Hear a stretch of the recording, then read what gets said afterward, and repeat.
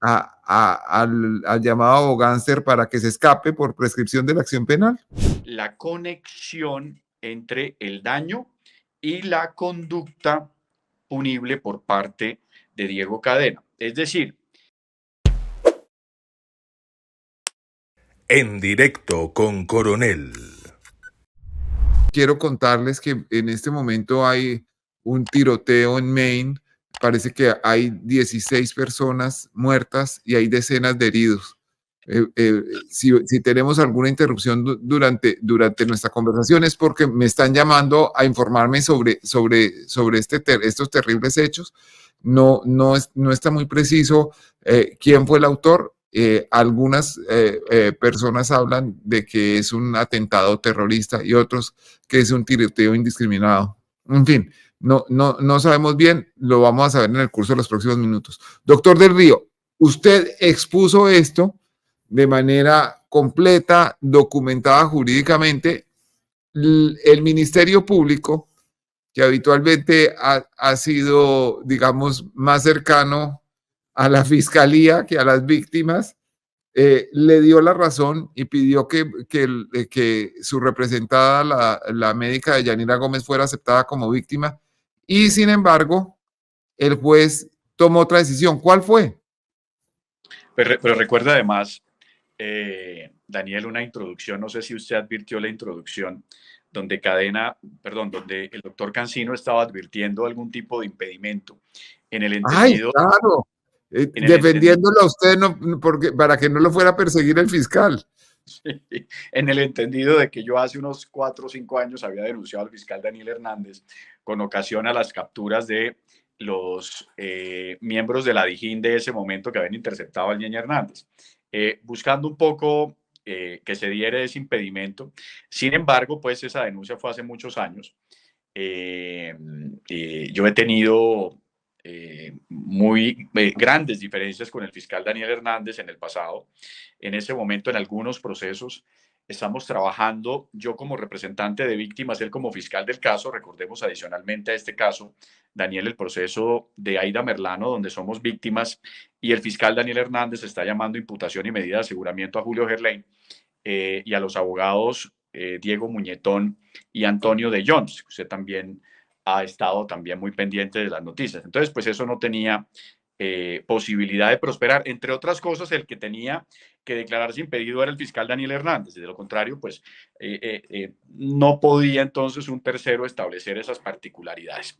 Pero con relación entonces a su pregunta, la decisión del juez fue que en primera instancia no se da el reconocimiento como víctima, porque con esa introducción que yo le acabo de hacer hace un rato, de los dos elementos fundamentales para la constitución de víctimas, según el juez, se había acreditado el daño medianamente, según el juez, pero no se había establecido para él la conexión entre el daño y la conducta punible por parte de Diego Cadena. Es decir, que no se había podido advertir que los daños ocasionados a Deyanira hubiesen nacido de las conductas de soborno en actuación penal y de fraude procesal, lo cual para mí es un error, repito, en el entendido en que Deyanira participó activamente en la oposición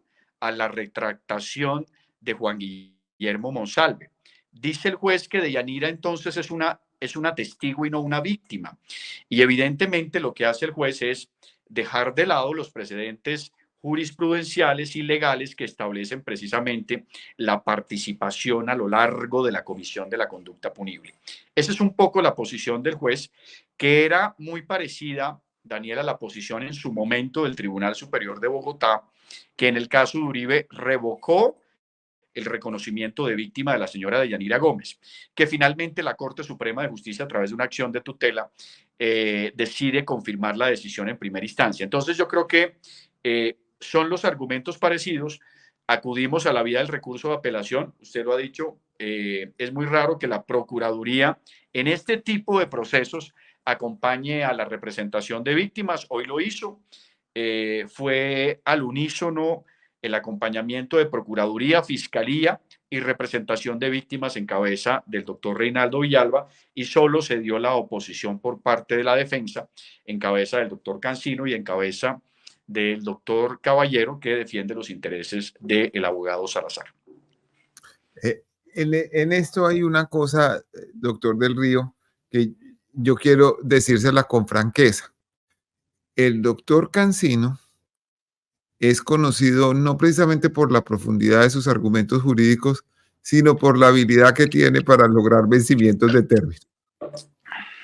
Todas estas presentaciones, apelaciones, elevar al tribunal, o como que dice, luego tutela, van consumiendo tiempo y puede llegar un momento en el que Cadena salga con la llave que tiene Cancino para muchos de sus casos, que es el vencimiento de términos por vía de la prescripción de la acción penal.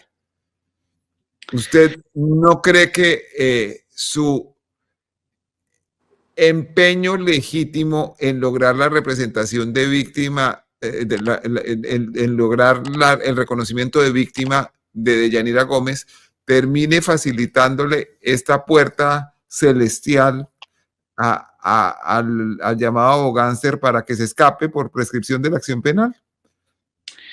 Mire, yo tengo una posición sobre eso, Daniel. La primera es la explicación de muchos me preguntan por qué razón, si ya Deyanira Gómez ha sido reconocida como víctima en el proceso madre, digamos el proceso madre, la investigación en contra del señor Álvaro Uribe Vélez, ¿por qué la necesidad de acudir entonces a este proceso relacionado con el abogado Diego Cadena? Y es una razón relacionada con una ambición de Deyanira Gómez que es que nace de la desconfianza que tiene Deyanira Gómez en la Fiscalía General de la Nación, Daniel. Porque es que además, dentro de este proceso de Diego Cadena, una de las testigos más importantes en este expediente es Deyanira Gómez. Y Deyanira Gómez no confía en la Fiscalía General de la Nación por evidentes razones. Recordemos que en el proceso de Álvaro Uribe Vélez, el fiscal Gabriel Jaime le compulsó copias precisamente por haber manipulado o haber editado el reloj con que se grabó o con que grabó Juan Guillermo Monsalve a Enrique Pardo Hatch y al propio Diego Cadena. Entonces ella tiene una desconfianza muy profunda en la Fiscalía. Esta solicitud de reconocimiento de víctimas para ella es importante desde el punto de vista del apoyo que la Fiscalía pueda darle en este reconocimiento. Por eso acudimos a esta vía. Yo tengo esos tiempos muy precisos en mi cabeza, Daniel, que evidentemente más allá de eso existen una suerte de situaciones que pueden extender el proceso en el tiempo, pero yo pienso que dada la... Que le duele el estomaguito al doctor Cadena otra vez, las cosas que pasan en el mundo del doctor Cancino. Todas las dinámicas procedimentales que se puedan dar.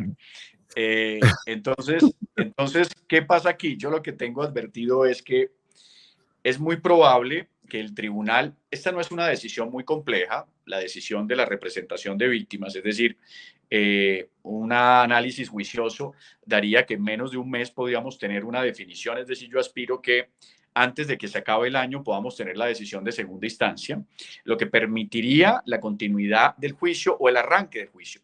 Recuerde, Daniel, que ya hay unas fechas en diciembre establecidas para el inicio del juicio. De darse eso, nos ganaríamos un gran tiempo porque entonces arrancaría el juicio en diciembre y yo pienso que ese juicio podría llevarse parte del año 2024. Recuerde que la prescripción de la acción penal en el proceso de Cadena está a junio de 2026, si la memoria no me falla. Es decir, que se daría la etapa de juicio en todo el 2024 y tendríamos una decisión seguramente en primera instancia en el año 2024. O sea, condenando al señor Cadena o sea, absolviéndolo, lo cual abriría la posibilidad del recurso de apelación por parte de la parte que tiene reproches sobre la decisión y estaríamos entonces o estaría esa decisión en el tribunal en el año 2025 y yo creo que en el año 2025 ya debe haber una decisión de segunda instancia. Entonces, yo no creo que en este caso prescriba la acción penal. Pero aquí quiero... Como se iba a prescribir en el de Álvaro Uribe.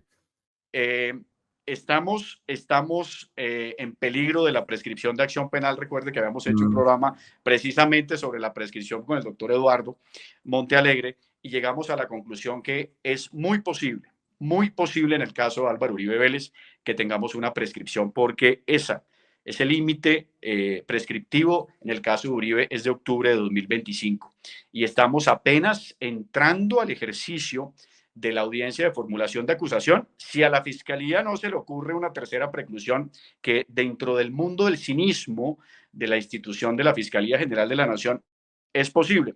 Pero si así no se diera, recordemos que ahora viene una audiencia de formulación de acusación en el caso de Uribe, donde es posible que la defensa pueda acudir también a la vía de la solicitud de preclusión. Es decir, que podríamos durar otro año más debatiendo. Viendo la película que ya no sabemos.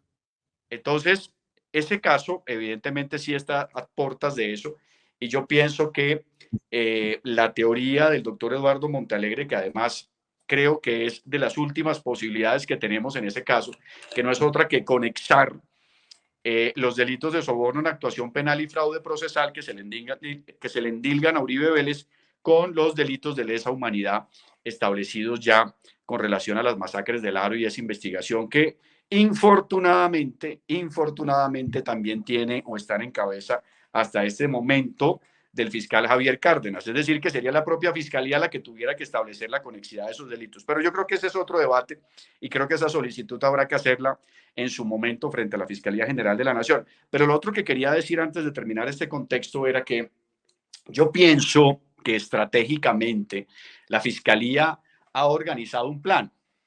Y el plan de la Fiscalía es condenar a Diego Cadena y absolver a Álvaro Uribe Vélez. De hecho, en su momento, antes que se dieran todos estos debates y antes incluso de que yo fuera o que siquiera pensara ser representante de víctimas de Deyanira Gómez, yo en su momento hablaba por algún ejercicio de colegaje con el propio Diego Cadena. Y yo le advertí en algún momento que a él lo iban a condenar y que a Álvaro Uribe Vélez lo iban a absolver. Y precisamente el fiscal Daniel Hernández ha tenido o ha construido una buena teoría del caso estableciendo esas responsabilidades. Y yo creo hoy que, fíjese que tenemos el día de ayer una decisión de condena de primera instancia de Bernardo Moreno casi 20 años después, y no le pasa nada a Uribe. Es decir, todas estas personas cercanas a Uribe terminan con responsabilidades penales y no él. Pienso que lo mismo le va a pasar al abogado Diego Cadena.